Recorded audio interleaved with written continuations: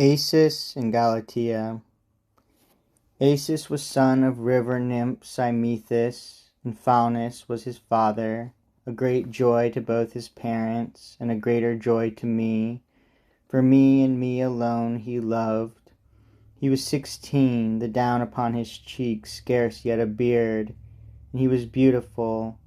He was my love, but I was Cyclops' love, who wooed me endlessly.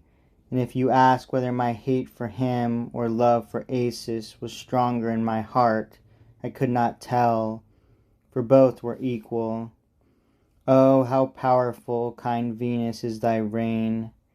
That savage creature, the forest terror, whom no wayfarer set eyes upon unscathed, who scorned the gods of great Olympus, now felt pangs of love, burnt with a mighty passion, and forgot his flocks and caves. Now love-lorn Polyphemus cared for his looks, cared earnestly to please. Now with a rake he combed his matted hair, and with a sickle trimmed his shaggy beard, and studied his fierce features in a pool, and practised to compose them. His wild urge to kill, his fierceness, and his lust for blood ceased, and in safety ships might come and go. Meanwhile a famous seer had sailed to Aetna, wise Telemus, whom no bird could delude, and warned the dreadful giant, that one eye upon your brow Ulysses soon shall take. He answered laughing, "You delude yourself. Of all the stupid prophets, someone else has taken it already."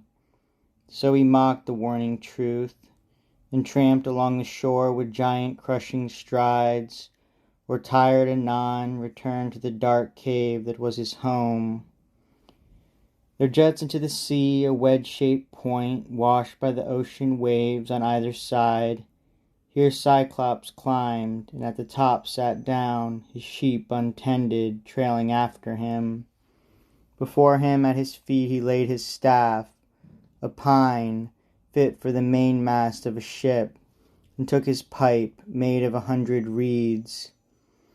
His pastoral whistles rang among the cliffs and over the waves, and I behind a rock, hidden and lying in my Acis' arms, heard far away these words and marked them well.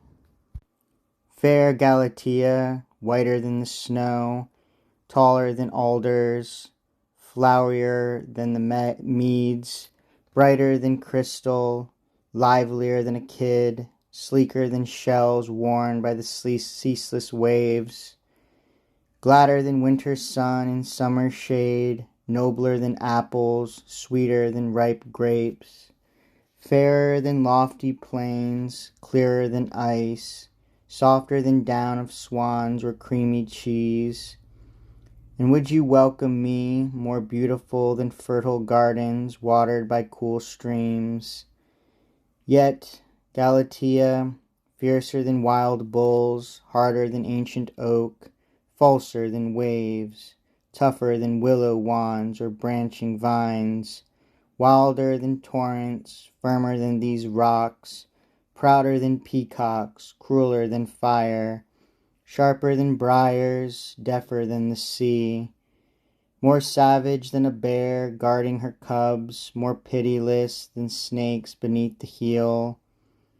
And, what above all else I'd wrest from you, swifter in flight than ever hind that flees the baying hounds, yes, swifter than the wind and all the racing breezes of the sky. Though if you knew, you would repent your flight, condemn your coyness, strive to hold me fast.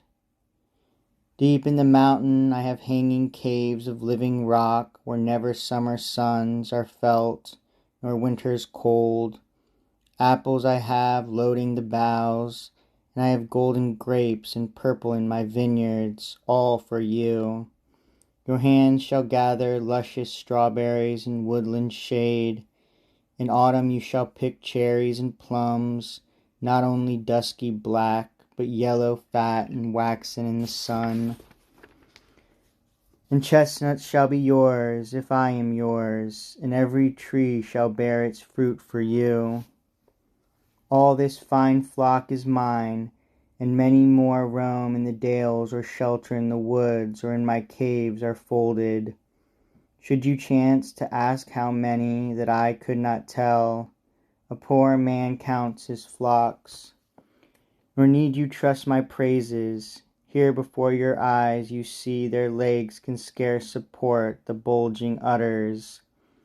And I have younger stock, lambs in warm folds, and kids of equal age in other folds, and snowy milk always, some kept to drink, and some the rennet curdles into cheese.